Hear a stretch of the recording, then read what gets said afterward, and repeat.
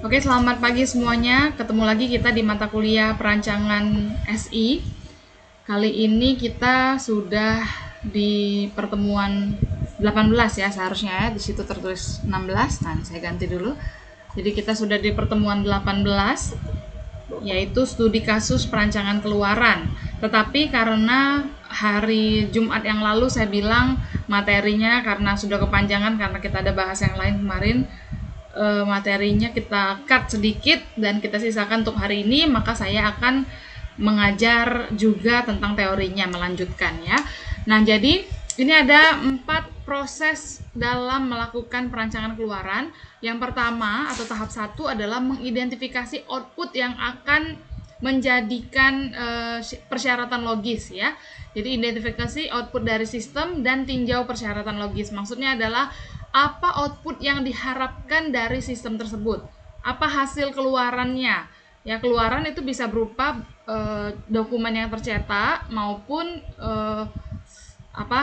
maupun yang tidak tercetak ya, maksudnya bentuknya bukan di print tetapi ya dia merupakan keluaran dari sistem, apa yang dihasilkan oleh sistem. Nah, jadi kita harus identifikasi dulu apa saja yang menjadi keluaran dari sistem nanti. Misalnya yang sering kita bahas adalah rekamedik atau rumah sakit kemarin-kemarin ya. Nah, itu yang pertama yang dia keluarin dari sistem atau dari aplikasi apa sih?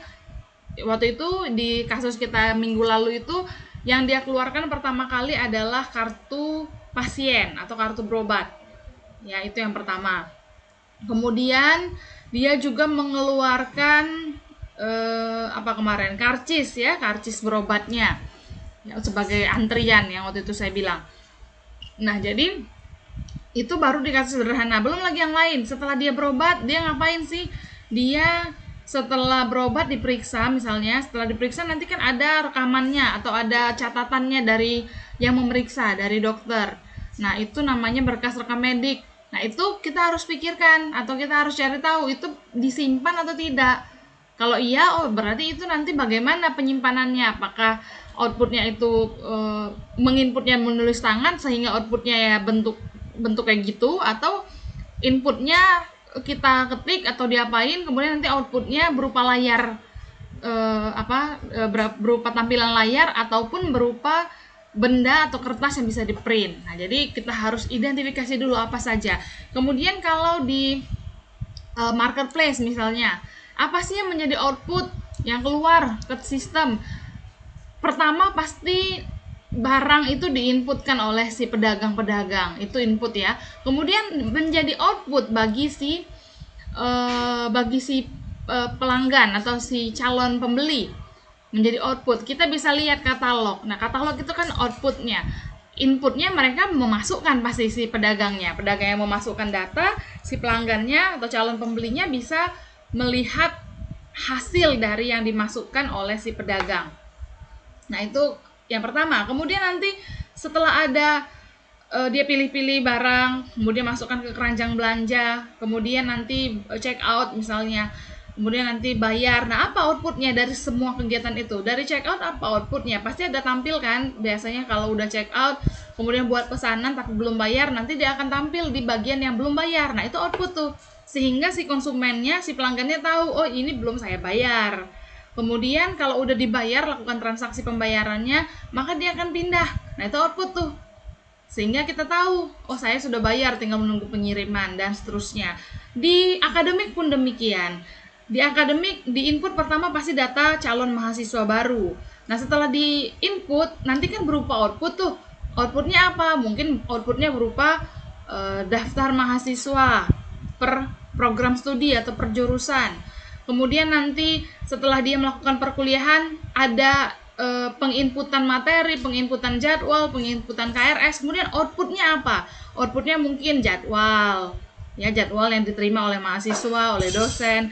Kemudian outputnya lagi nanti nilai, KHS, kartu hasil studi, ya transkrip nilai. Kemudian sampai ujung-ujungnya nanti adalah ijazah.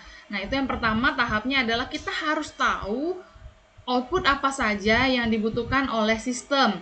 Dan kita harus meninjau apa saja persyaratan logis yang ada pada sistem ini agar si sistem ini dapat berjalan sesuai dengan yang diharapkan. Jadi Intinya sih kalau mau membuat output kita harus tahu ini apa aja nih persyaratannya nih. Ya, jadi kita tahu apa yang harus dikeluarkan oleh sistem. Nah, kita bisa menggunakan DFD fisik sebagai modal awal dalam mengidentifikasi output. Nah, jadi DFD fisik itu kan udah jelas kelihatan kan, print out. Oh, berarti ini di print out. Kemudian ada lagi mungkin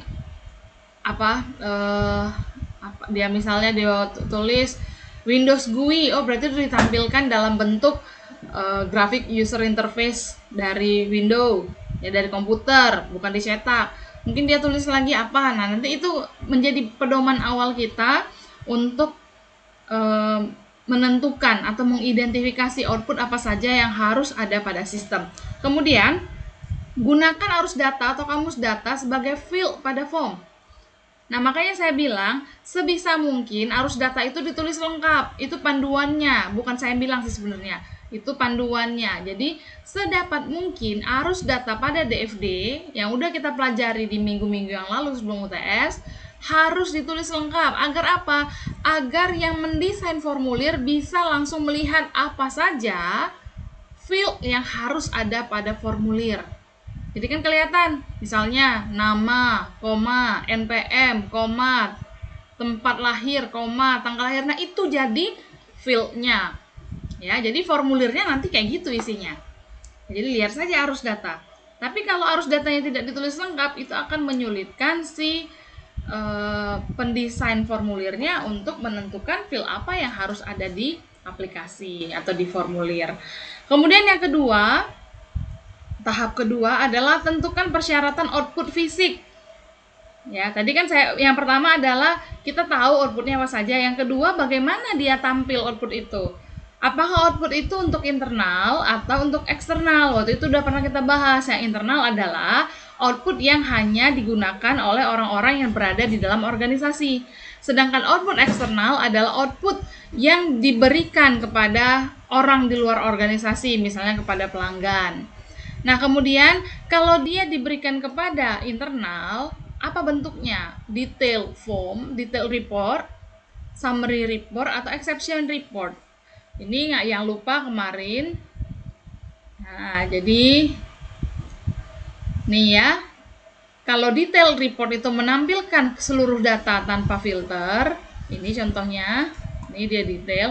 Kalau summary dia menampilkan data secara ringkas, ini contohnya. Kalau exception adalah menampilkan laporan dengan filter-filter tertentu atau pengecualian-pengecualian tertentu. Misalnya nih, ini kemarin member account yang bermasalah pada tanggal 25 Januari. Ya, atau misalnya kita mau filter berdasarkan tanggal tertentu. Nah, itu namanya exception report. Nih ya.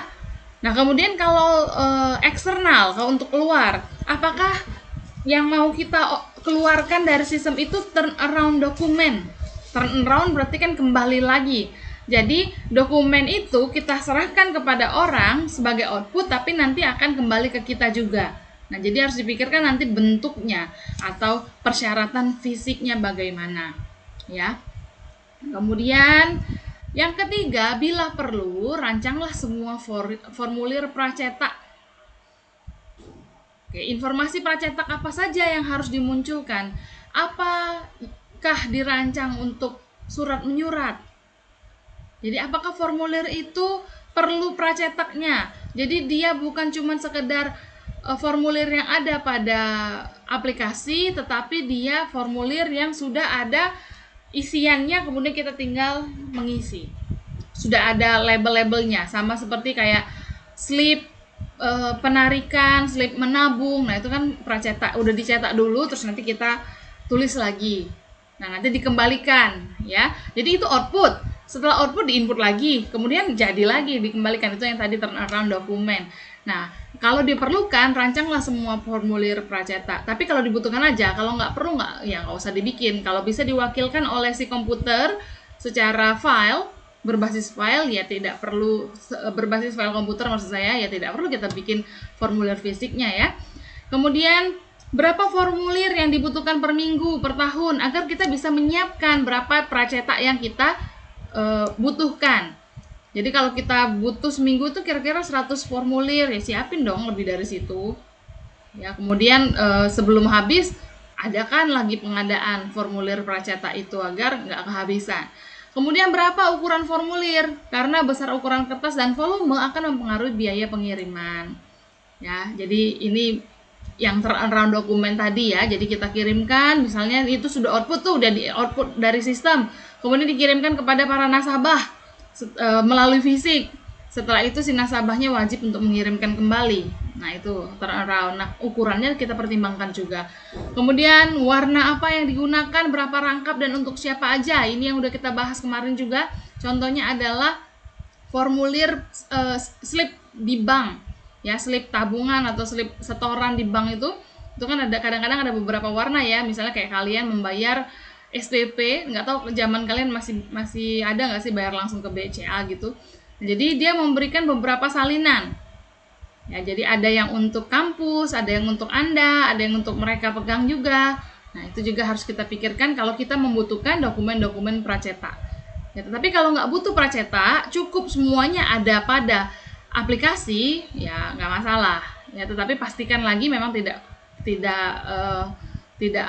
menghambat kegiatan atau kinerja atau operasionalnya organisasi. Ya, jangan karena pelit sama formulir, pelit kertas, pengen penghematan tetapi nanti mengacaukan ya. Memang sih bagus kita hemat kertas, go green, tetapi kita harus mempertimbangkan juga bagian-bagian bisnisnya ya. Kemudian tahap yang keempat, rancang, validasi dan uji. Jadi formulir yang sudah kita identifikasi tadi harus kita rancang. Buat, ini nanti yang tugas Anda, latihan Anda hari ini, merancang formulir. Kemudian memvalidasi formulir. Memvalidasi ya berarti kita coba dulu. Ya, kemudian mengujinya. Mengujinya artinya kita koneksikan ke database, kemudian kita uji coba apakah udah benar formulir ini sesuai dengan yang kita yang kita harapkan nanti outputnya. Jadi sudah formulirnya dirancang, kemudian nanti diuji coba kan kelihatan udah kita cetak misalnya ini udah jadi output sesuai nggak dengan yang kita harapkan. Oke. Nah, kemudian ini beberapa prinsip perancangan laporan.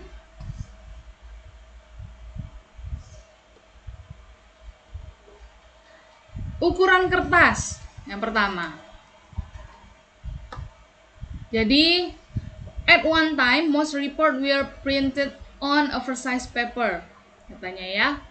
Kadang-kadang beberapa laporan itu di print dengan kertas yang oversize, lebih besar. This required special binding and storage. Jadi katanya ini membutuhkan penyimpanan yang khusus ya untuk dia ya. Kalau sekarang the page size of choice are standard.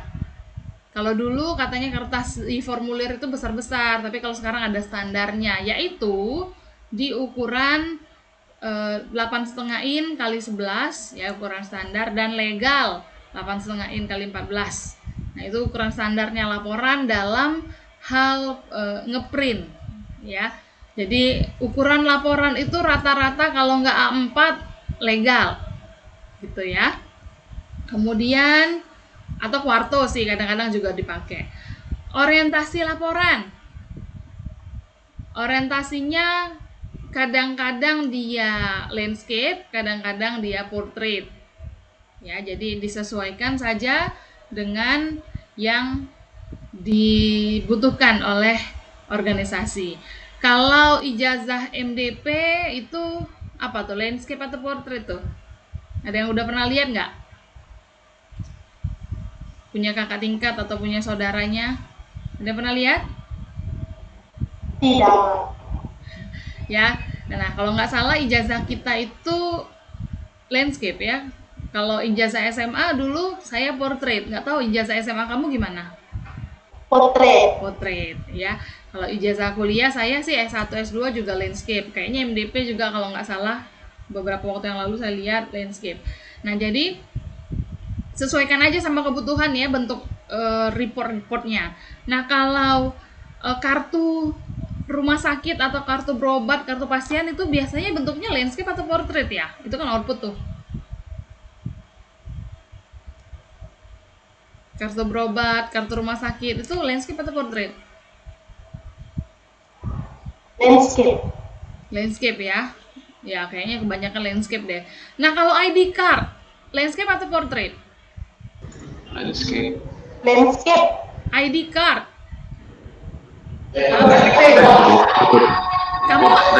Kamu landscape ya? ID card MDP-nya ya? Flash, kamu Iya, Bu. flash. Oh, landscape ya kamu. Oh iya, kamu landscape ya.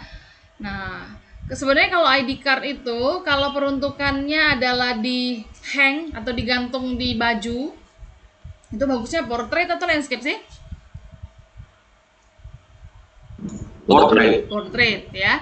Kalau memang tujuannya adalah digantung di baju kita, karena lebih enak aja dilihat dibandingkan harus ngelebar di baju, di badan. Nah, jadi tapi sesuaikan saja sama kebutuhan. Nah, kemudian kayak formulir KP, formulir log harian KP apa segala macam itu kan ada ini ya, itu bentuknya apa tuh? Portrait ya kalau KP kalau nggak salah ya. Nah, jadi itu disesuaikan sama kebutuhan. Kemudian ada page heading atau atas ya, headernya halaman. Ya, jadi di sebuah dokumen output itu harus ada header. Contohnya ini. Di sini headernya pakai tanggal dan pakai nomor halaman dan jumlah halaman. Jadi sebisa mungkin formulir-formulir itu harus diberikan ininya ya, harus diberikan header. Jangan sampai dia gundul, tidak ada atasnya. Jadi nanti footernya boleh ditambah di bawah, tetapi header itu wajib. Karena header itu nanti bisa jadi apa sih namanya, identifikasi, pengenalan kita terhadap oh ini dokumen ini, langsung kita tahu ngelihat atasnya kan. Nah, jadi biasanya header itu terdiri dari tanggal, kemudian halaman, misalnya halaman 4 dari 6 dan seterusnya, dan judul. Ya, judul formulir laporan tersebut, judul laporan tersebut. Kemudian ada legenda. Ya, legenda itu memberitahu kepada pembaca laporan tentang keterangan-keterangan yang disingkat pada laporan. Nih, contoh report legend. Misalnya seat. Apa sih yang dimaksud dengan seats? Seats itu adalah number of seats. Jadi seats adalah jumlah kursi di kelas. Lim, ini adalah course enrollment limit. Jadi ini batas enrollment ya, batas SKS gitu misalnya. Nah, kalau kita kan SKS apa? Dikasih dong keterangannya. Kemudian kalau Anda lihat di buku rekening bank, kalau Anda punya, Anda pasti menemukan beberapa report yang disingkat, keterangan-keterangan. Nah, itu nanti ada legendanya. Legendanya ada di balik atau di belakang atau di bawahnya si buku tabungan tersebut. Misalnya DB itu artinya debit, 03 itu artinya apa, yang kayak gitu ya. Nah, jadi harus ada legendanya untuk memudahkan orang membaca dokumen atau membaca laporan. Kemudian prinsip berikutnya adalah kolom heading atau headingnya kolom. Ya, jadi atasnya kolom. Ya, kalau mau bikin tabel juga atasnya itu harus dibikin. Kemudian alignmentnya heading itu, ya biasanya kalau untuk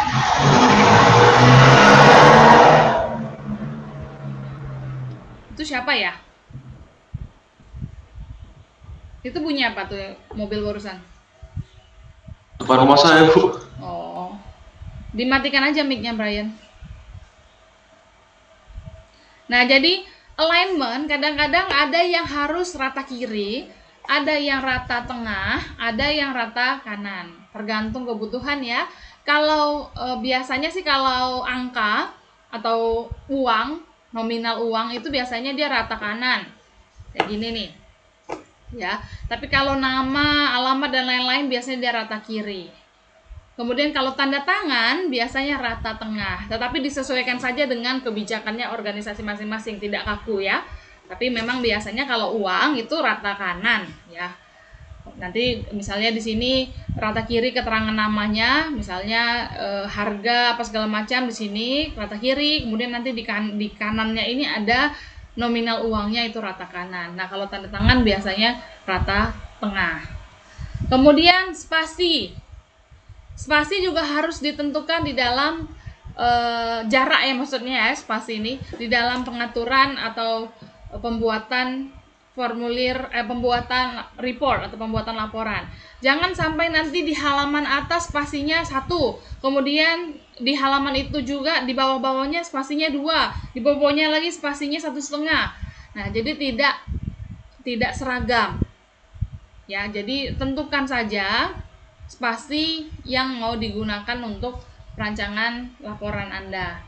Kemudian row heading atau atasnya baris ya, ini kayak gini. Nah, jadi tentukan dan buat supaya orang bisa membaca apa isi laporan tersebut.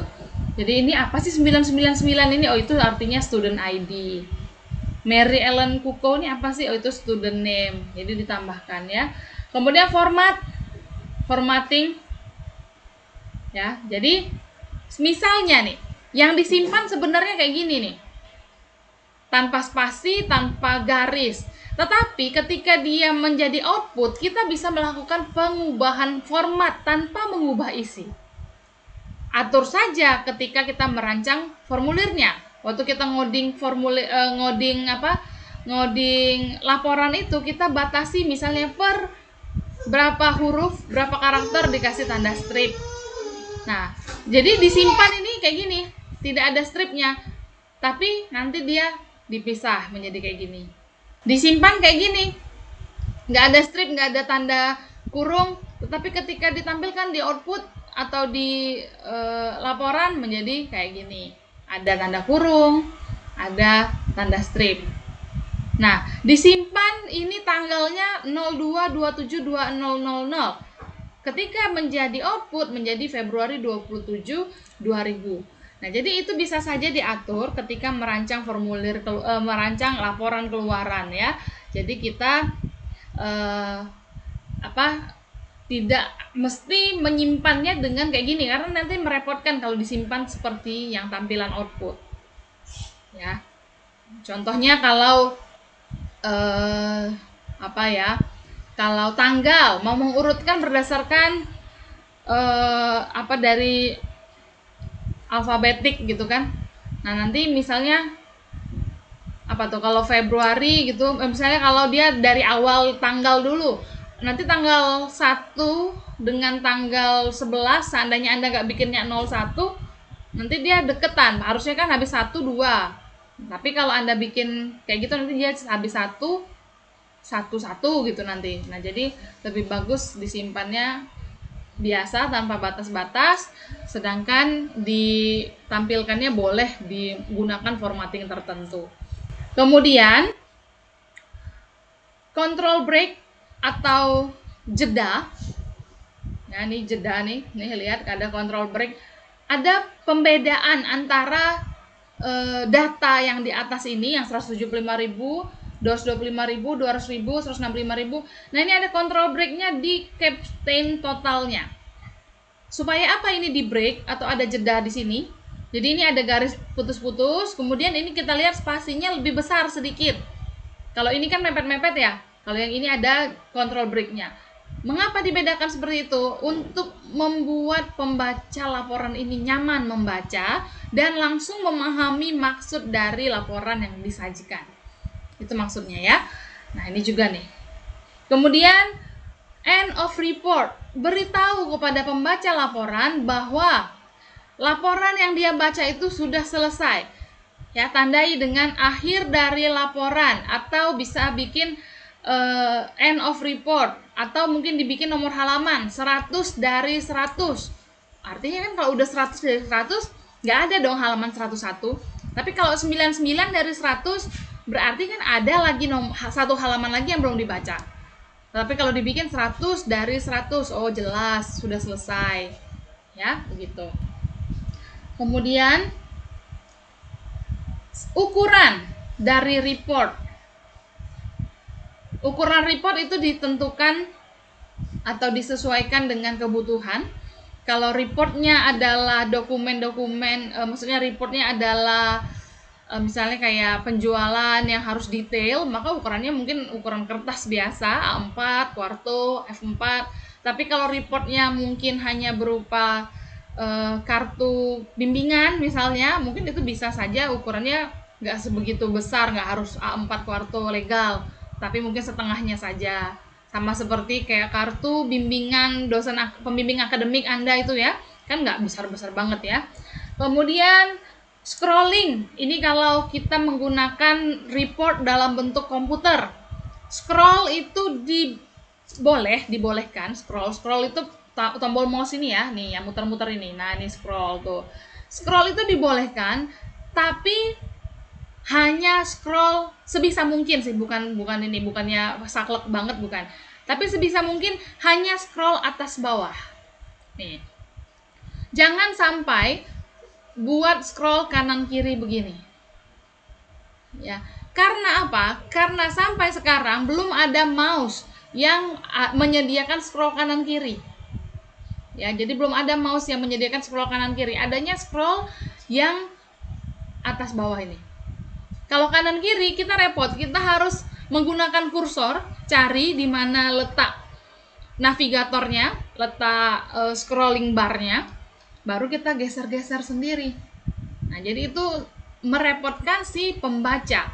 Jadi sebisa mungkin laporan yang tercetak di komputer, yang tampil di komputer, tidak menggunakan scroll kanan kiri, tetapi boleh menggunakan scroll atas bawah. Oke, tetapi ya balik lagi dengan kondisi si report itu. Kadang-kadang mungkin tidak bisa dihindari, tapi sebisa mungkin jangan pakai scroll kanan kiri. Kemudian navigasi. Ya, navigasi, pastikan navigasinya gampang. Ketika diklik next, maka dia beneran next. Ketika dia diklik print, maka benar-benar ngeprint. Ketika dia diklik misalnya benar-benar eksekusi terkait dengan yang dipencet itu. Kemudian partitioning atau partisi, ya, partisi.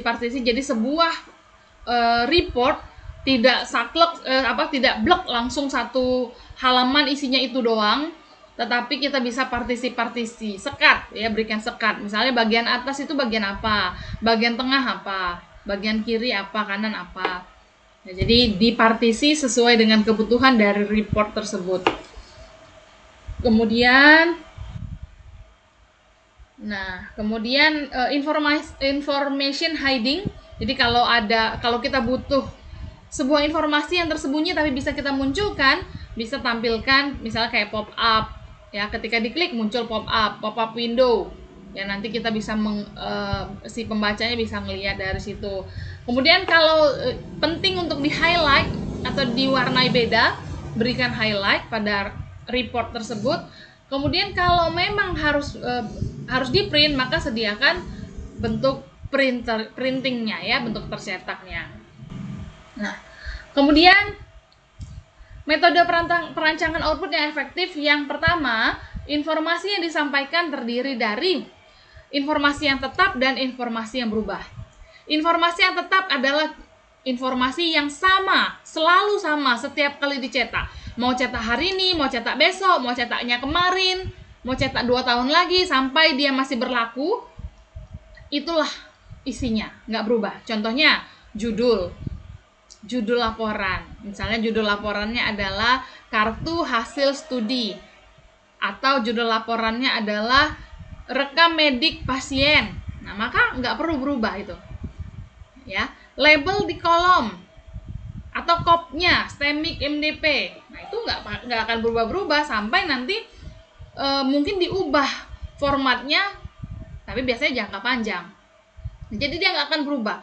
Sama seperti kalau Anda mendapatkan surat keluar dari MDP, misalnya Anda mau KP, mau skripsi, ada kopnya, itu nggak berubah. Kayak gitulah formulir kita. Itu namanya informasi konstan, ya, atau constant information. Yang kedua adalah informasi yang berubah atau variable information. Ini isinya berubah-berubah sesuai dengan kebutuhan. Kalau yang tadi isinya nggak berubah-berubah, karena memang kayak gitu aja udah. Nah, kalau yang isinya berubah, contohnya detailnya laporan. Pertama tanggal kan berubah, cetaknya kapan. Kemudian kalau ada sebuah tabel, field-nya nggak berubah, record-nya berubah. Ya, misal field-nya sama-sama kode mata kuliah, nama mata kuliah, perolehan jumlah SKS sama nilai. Oke. Nah, sama tuh, semua mahasiswa sama. Tetapi mungkin antara si Wahyu dengan si Amelia, ada nggak Amelia di sini, atau dengan si Sylvia berbeda isinya, karena mungkin yang satunya ngambil mata kuliah ini, yang satunya enggak. Kemudian nilainya pasti berbeda. Ada kemungkinan berbeda, mungkin satunya dapat A, satunya dapat B, satunya dapat B+, satunya dapat amin. Nah, itu yang berubah-berubah. Tetapi formatnya ya kayak gitu, tidak berubah. Kemudian pada layout ditunjukkan panjang informasi dan jenis data dari setiap informasi variabel. Contohnya nih, untuk menunjukkan panjang informasi sejumlah 30 karakter alfanumerik diberi tanda X sebanyak 30 buah. Oke. Nah, jadi kalau Anda bilang itu adalah 30 karakter, ketika kita merancang, tulislah itu X sampai 30 kali. Kalau itu adalah angka dan berjumlah 9 digit, berjumlah 7 digit, maka tulis 9-nya 7 kali tuh, kayak gitu. 9. Oh, ternyata dia pakai koma, tulis koma 99. Artinya ini adalah angka ini hanya 7 digit saja, tetapi boleh menggunakan 2 angka desimal, ya. Di belakang komanya 2 angka. Jadi 2 angka desimal. Nah, jadi ditentukan apa yang akan diinputkan oleh si pengguna, apa yang akan keluar dari sistem, dari laporan itu nanti bagaimana ditentukan ketika kita merancang. Nah, kalau dia tanggal, format tanggalnya misalnya DD, MM, YYYY. Artinya nanti tanggal itu adalah, misalnya ini tanggal 17 ya, 17 kan DD, MM berarti 11, YY berarti 2020. Tetapi kalau mau diubah menjadi D saja, berarti kalau tanggal 1 dia bukan 01 tapi 1 gitu. Nah, kemudian jika informasi yang ditampilkan berulang-ulang dalam satu kolom, gunakan tanda garis memanjang dari atas ke bawah pada kolom tersebut atau detail line. Untuk menghitung lebar tiap kolom, tentukan panjang field sesuai dengan kamus data. Jadi lihat kamus data. Gunanya kita membuat kamus data adalah untuk mengetahui seberapa banyak karakter yang akan masuk ke dalam formulir, kemudian yang akan tercetak, sehingga kita bisa mendesain formulir kita lebarnya sesuai dengan apa yang dibutuhkan. Sehingga kalau misalnya NPM-nya sekian karakter, misalnya 10 karakter itu muat di reportnya. Jangan sampai nanti hilang. Ya, hilang sebagian. Kayak nama saya lengkap. Tapi ketika saya orang mau transfer ke saya misalnya, nanti nama saya jadi berubah, bukan Francisca Prihatini Sihotang, tapi Francisca Prihatini Siho. Hilang, kurang ya. Nah, jadi mereka membatasi itu. Kemudian ini tadi ya, misal kolom NPM pada daftar absensi, panjang field sesuai dengan kode karakter adalah 10, panjang judul 22 karakter, ditambah 2 spasi kosong untuk jarak dengan kolom berikutnya, jadi akhirnya 24 karakter. Nah, kemudian ini contoh perancangan keluaran. Ini ya, ini berarti numerik, angka ya ini. Kemudian ini tanggal DD, MM, YY. Kemudian ada total per faktur, angka juga, dan angka juga ini bawah. Dan ada breaknya seperti contoh pedoman yang tadi. Ini ada batas, jadi yang ini rapat. Kemudian mau ke total ini ada batasnya, ada breaknya. Kemudian di sini juga ada break. Nah, ini contoh formulir input ke output. Misal nih, nama pengunjung XXXXX berapa kali itu? 1, 2, 3, 4, 5, 6, 7, 8. Artinya nama pengunjungnya hanya boleh 8. Coba kita hitung Suparman ini ya. 1, 2, 3, 4, 5, 6, 7, 8. Benar. Jadi kalau namanya Suparwati, Nggak bisa full. Jadi kalau Suparwati di sini cuman Suparwat, i-nya hilang. Karena apa? Karena di sini kita cuman mendesain karakternya adalah 8 karakter. Nomor KTP di sini pakai tanda titik, maka di sini juga. ID begini isiannya, nomor telepon begini isiannya. Nah, outputnya ini nanti. Nama pengunjung Suparman. Ini berapa kok ada yang lebih nih ya? Ini salah nih. 1 2 3 4 5 6 7 8 9. Ini ada yang salah nih ya. Kok bisa tiba-tiba 9? Ini harusnya 8. Boleh 5, boleh kalau namanya cuma 5, Maria misalnya namanya 5. Tetapi kalau ini 9, ini jelas-jelas nih salah. Karena apa? Karena di sini cuma disiapkan 8 karakter. Oke. Nah, kemudian ini contoh lagi, input ke output. Tanggalnya XX, bulannya XX, tahunnya XXXX. Ya, boleh juga tanggalnya DD, bulannya MM, tahunnya YYYY. Nah, akhirnya jadi kayak gini isiannya. Oke, selesai materi yang harusnya selesainya kemarin. Kemudian kita ada satu materi lagi, bukan materi sih, ini studi kasus. Anda yang mengerjakannya nanti. Saya buka dulu sebentar. Ini sudah saya upload di Spon sebagai latihan hari ini. Nah, jadi kasus 1. Anda bekerja sebagai perancang sistem pada sebuah lembaga sosial yang berfokus pada perlindungan anak. Pimpinan lembaga prihatin dan seterusnya Anda bisa membaca. Kemudian di sini Anda dapat berasumsi lain tentang ini. Ya, Anda bisa berasumsi, bukan lain ya. Anda dapat berasumsi, artinya Anda boleh nambah-nambahin. Tapi jangan ngurang-ngurangin ya. Oke. Kemudian ini ada lagi kebijakan-kebijakannya. Kemudian dia ingin nih, pimpinan menginginkan adanya laporan bulanan yang menunjukkan jumlah kasus yang dapat diurutkan berdasarkan usia kasus.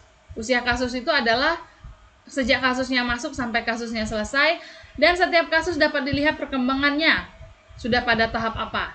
Sehingga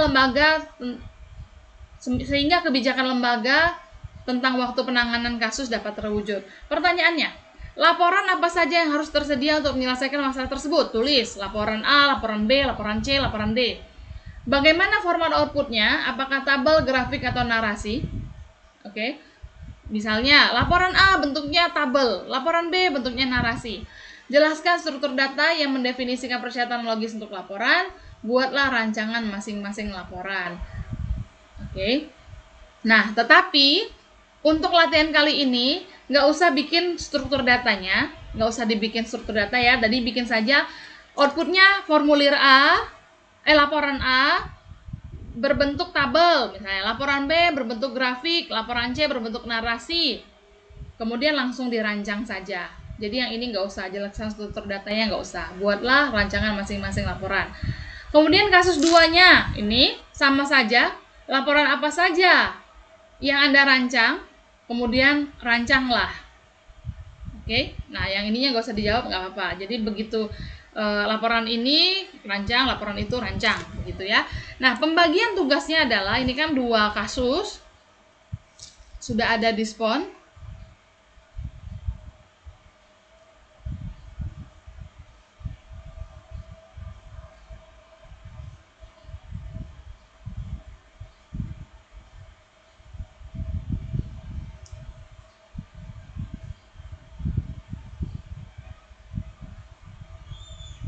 Nah, pembagian tugasnya yaitu mana nih? Nah, yang angka terakhir NPM-nya ganjil mengerjakan kasus 1. Yang angka terakhir NPM-nya genap mengerjakan kasus 2. Anda boleh mengerjakannya menggunakan aplikasi menggambar maupun menggunakan pena dan kertas. Ini nanti dikumpulkan dalam bentuk file PDF, satu file saja, boleh berlembar-lembar tapi satu file. Setelah di-scan dan atau difoto yang rapi. Oke. Nah, jadi nih, ini kan anggota kita adalah Gea. Misalnya, Gea berarti kamu kasus berapa? Kasus 1, Bu. Iya. Ya, Jurianto kasus 1. Marcelino nih yang 0, kok bisa 0 di belakangnya ya? Marcelino kok kayak gini NPM-nya? Oh iya, Iya, Bu. 90 ya. 60. Oh iya ya, karena bisa kayak itu. Dianggap aja kamu genap ya. Ya, genap, Bu. Oke. Nomor 2. Anggap genap aja karena kan 90 kan? 90 genap. Kemudian ini Brian Lim genap, Ivanka genap, Derry ganjil, Jalaluddin ganjil, Sylvia ganjil, Adele, Wahyu genap, Amelia genap, Lena ganjil, Debbie ganjil ya. Nah, jadi itu pembagian studi kasusnya. Jadi masing-masing mahasiswa kerjain satu kasus saja sesuai dengan NPM-nya yaitu ganjil atau genap. Oke, sampai di sini ada pertanyaan terkait latihan? Ada? Belum, Bu. Belum ada ya. Oke. Sebentar saya belum pamit karena saya lupa apa print screen. Nanti kita nggak ada laporan untuk absensi, nggak dianggap absensi kita. Oke, bentar ya, saya print screen sebentar.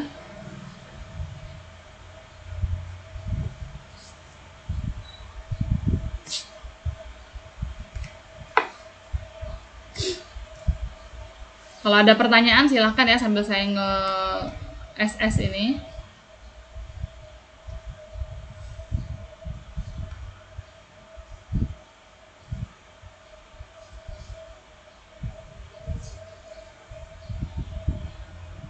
Ibu dibuat juga kamus datanya ya, Bu? Tidak. Ya, tadi sudah dijelaskan, tidak perlu dibuat kamus data, cukup langsung laporan apa yang dibutuhkan, kemudian rancang langsung. Oke, Bu. Oke.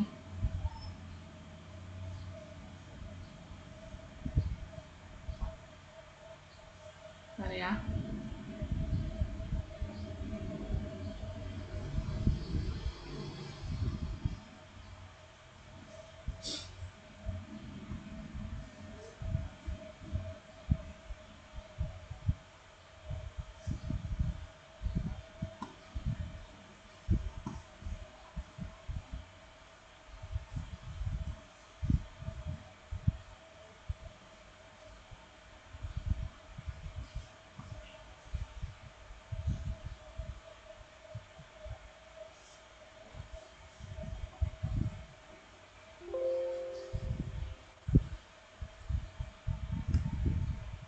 Oke, sudah selesai saya screenshot.